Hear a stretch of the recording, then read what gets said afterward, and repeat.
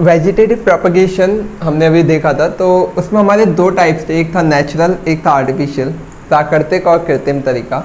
तो प्राकृतिक मतलब जो अपने आप हो जाता है, जिसमें हमें कुछ भी नहीं करना होता।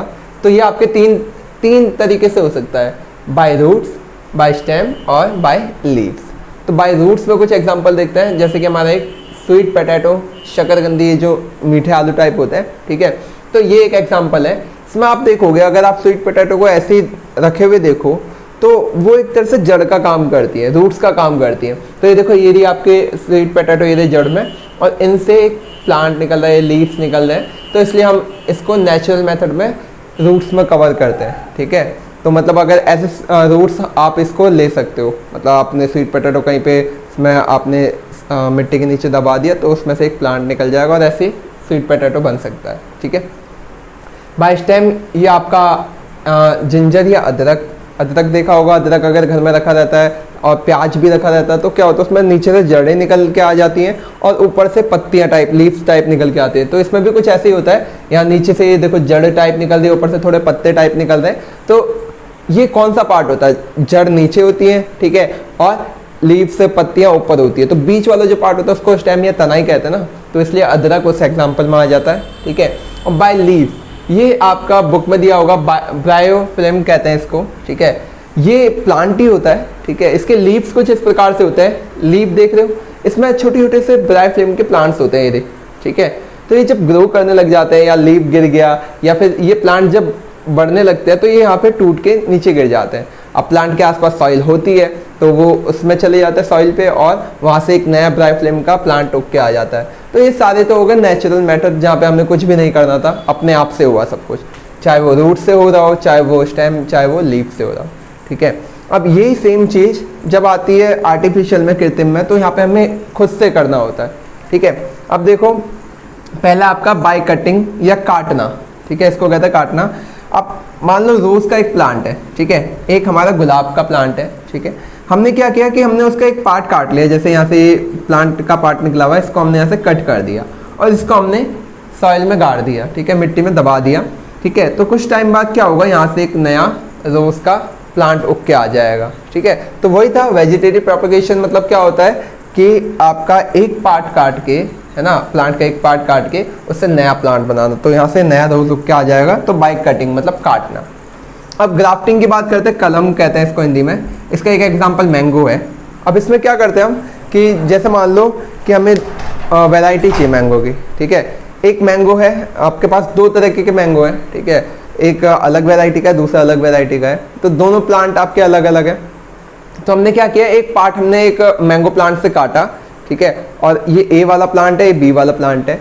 तो हमने क्या किया, ए वाले प्लांट का एक पार्ट काट लिया और उसमें से ऐसे कुछ एक मतलब यहाँ से छील सा दिया आगे से, ठीक है, और दूसरे वाले पार्ट को भी थोड़ा सा कट कर दिया और उन दोनों को हमने लाइक बांध दिया या कैसे भी उसको आपस में चिपका दिया, ठीक है, थोड़ी सी सॉइल लगा के चिपका दिया। अब कुछ टाइम बाद क्या होगा, वहाँ पे उसको नॉरिशमेंट मतलब पोषण मिलता रहेगा, तो वहाँ पे वो जो पार्ट हमने काट के लगाया था वो उसमें जुड़ जाएगा, ठीक है। तो इससे फ़ायदा क्या होता है, इससे फ़ायदा ये होता है, एक तो आपको वैरायटी देखने को मिल जाएगी मैंगोज़ की, ठीक है, आपको बहुत सारी मतलब वैरायटी मिल जाएंगी।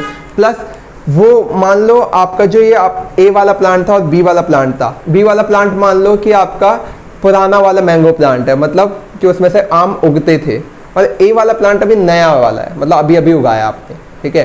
तो इसमें क्या होगा, टाइम पीरियड कम लगेगा। जैसे आपने नए वाले प्लांट का पार्ट काट के पुराने वाले में डाल दिया, तो पुराने वाले के तो गुण है, मतलब उसको तो आदत है उगने की, ठीक है, उसको पहले से मतलब ये सारी चीज़ें उग रखा है, और ये नया नया है, इसको ज़्यादा टाइम लगेगा, तो यहाँ पे टाइम पीरियड कम लगेगा, ठीक है।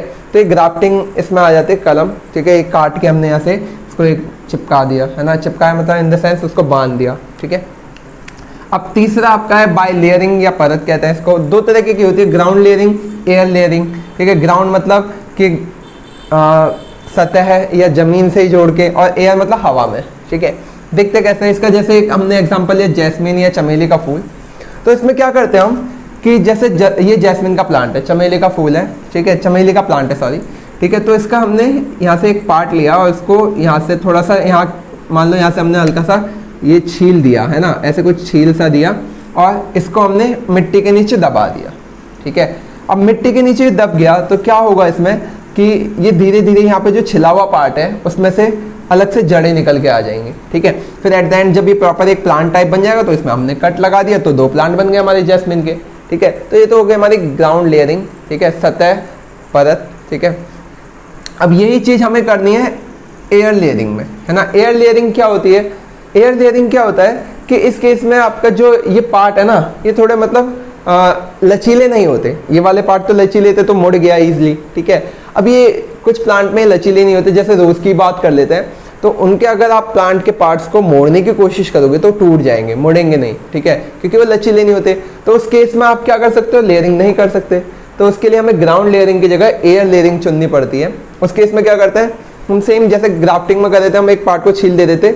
तो जैसे हमने मान लो एक रोज़ का प्लांट लिया, ठीक है, ये रहा रोज़ का प्लांट, तो उसको हमने छील दिया, ठीक है। एंड देन उस वाले पार्ट में हमने क्या किया? उसको छील दिया, देन उसमें हमने पॉलीथीन टाइप कुछ बांध दिया उसमें, और उस पॉलीथीन के अंदर हमने सॉइल ये सारी चीज़ें उसमें रख दी, और उसमें इंजेक्शन से प्रॉपर उसमें हमने वाटरिंग करते रहे, ठीक है। तो कुछ टाइम बाद क्या होगा, वो जो हमने छीला हुआ पार्ट है, वो जो छीला हुआ पार्ट है उसमें से रूट्स निकलने लगेंगे, जड़ें निकलने लगेंगी, ठीक है। एंड देन जब वो प्रॉपर एक प्लांट बन जाएगा, उसको वहाँ से कट कर दिया और उसको हमने अलग जगह जाके लगा दिया। तो ये आपका एयर लेयरिंग में कहलाता है। क्यों? एयर लेयरिंग और ग्राउंड लेयरिंग में बस यही फ़र्क है सिंपल सा, कि ये ग्राउंड लेयरिंग वाले जो प्लांट होते हैं वो थोड़े लचीले होते हैं तो मुड़ जाते हैं इसलिए, पर ये एयर लेयरिंग वाले नहीं मुड़ते तो टूट जाएंगे, तो इसलिए उसको हमने एयर में ही करना पड़ता है ये चीज़, ठीक है। और अब ये चीज़ हमें समझनी है करते क्यों हम, ठीक है, आर्टिफिशियली हमें करने की नीड क्यों पड़ती है। तो ये हमें मतलब जल्दी हमें रिजल्ट देता है, मतलब ये आपके प्लांट का जो भी हमने जो उगा रहे हैं वो जल्दी मिल जाता है। और आपका ये एसेक्सुअल वाला ही है, इसमें हमें कोई बीज की ज़रूरत नहीं पड़ती, कोई सीड नहीं चाहिए, कोई हमें मतलब एक्सपेंस नहीं करना एक्स्ट्रा। पर हाँ, ये थोड़ा कॉस्टली इसलिए पड़ जाता है क्योंकि इसके लिए हमें चाहिए होती है स्किल, क्योंकि हर कोई ये जो मेथड बताए हर कोई नहीं कर सकता, इसके लिए हमें सीखना पड़ता है प्रॉपर, तब जाके हम इसको कर पाते हैं, ठीक है। और इसमें वेरिएशन नहीं देखने को मिलेगी, मतलब आपको चेंजेस नहीं मिलेंगे। जैसे आपका जो मान लो एक रोज़ प्लांट है, उसमें से हमने एक पार्ट काटा और उसको नया उगा दिया। अब मान लो उस रोज़ प्लांट में अगर कोई बीमारी है तो वो आगे भी ट्रांसफ़र हो जाएगी, क्योंकि वेरिएशन नहीं है, कोई चेंज नहीं है, ठीक है। या फिर मतलब एनवायरनमेंट के अकॉर्डिंग वो चेंज नहीं होता। वही चीज़ अगर सेक्सुअल की बात करें तो उसमें वेरिएशन आते हैं, क्योंकि इसमें 2 पार्ट हो जाते, 2 पेरेंट होते हैं, मेल एंड फीमेल, जबकि इसमें सिंगल पेरेंट होता है तो इसमें वेरिएशन नहीं देखने को मिलता। तो यही सारी चीज़ें, बाकी आप बुक से देख लीजिएगा इस टॉपिक को अगर कोई डाउट हो।